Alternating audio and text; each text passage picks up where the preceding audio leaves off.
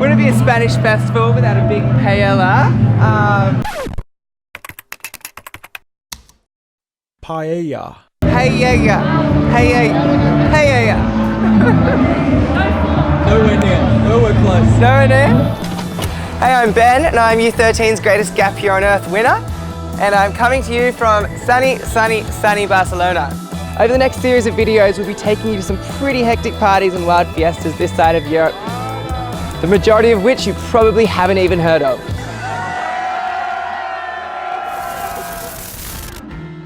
Jazzaldia, or San Sebastian's Jazz Festival, is a 5-day festival that showcases some of the most important jazz artists performing today. The festival completely takes over the seaside city of San Sebastian, or Donostia in the native Basque language, which sits on the northern coast of Spain. We of course have to mention that the city is also famous for one other thing: food. This is typical Basque pinchos. I have died and gone to heaven. It's very similar to like the Spanish tapas, but you just pick one, you just go along with a plate. Everything's €1 or €2. You can try everything, a little bit of nibbles. San Sebastian is one of the food capitals of the world, boasting more Michelin stars per square foot than Paris and New York. Pimiento de cocos, a sweet pepper covered in salt, deep fried. We're here with our mates Adam and Carly, and they're going to tell us about the risotto. It's probably one of the best risottos you'll find over here in the Basque Country. It's super cheesy. If you like your goat's cheese and a little bit of cream, this is all over it. 380 Stoke mini hamburgers up. It's pretty much the Stoke hangover cure. Why is it Stoke branded? We're locals here. So we're here for the mussels. This place is actually called the Mussel Igloo. And it's a bit of a tradition. You eat the mussel, then you throw the shell right down here. And then you ring the bell and you give him a tip.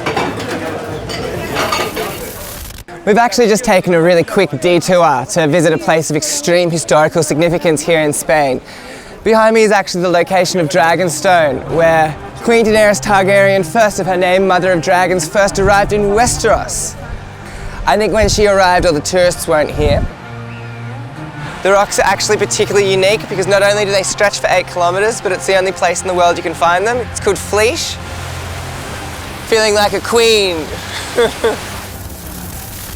How many bottles do you reckon, guys? 3. Another specialty that they have here in the north of Spain is their unique apple cider. But be prepared, this cider is not of the sweet and fizzy variety. It's like a bitter cider, if that makes sense. Cider's like pretty sweet and thick. This one, perfectly refreshing, cuts through the grease, but it would taste like piss if you didn't aerate it. Righto, so here we go. We got a bottle of Petrotegui Cider. What we want to do, we want to hold it from a height. Want to make it nice and bubbly and aerate it so we get lots of flavour.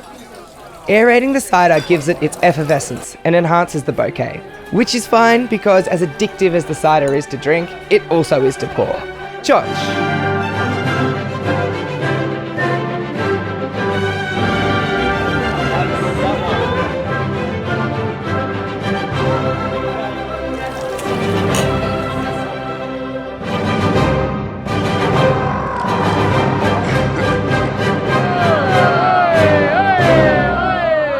Okay, back to the jazz.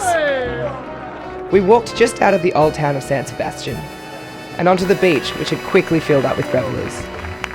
You just really got to give it to the Spaniards. They know how to throw a fiesta. They've just turned San Sebastian into one entire party. There's about 10 stages set up over the town, and there is just jazz music and there's just fun in the streets everywhere. But they don't make anyone pay. They're just like free fiestas everywhere you go.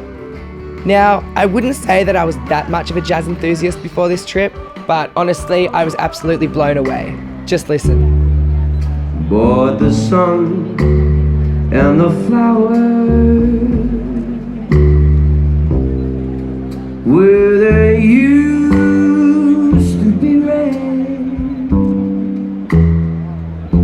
That was smooth, that was suave, that was sexy. San Sebastian, that was incredible. And most of all, we didn't pay a single euro for that.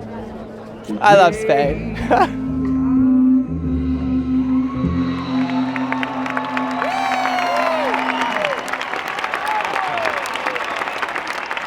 Let's get a Gasco.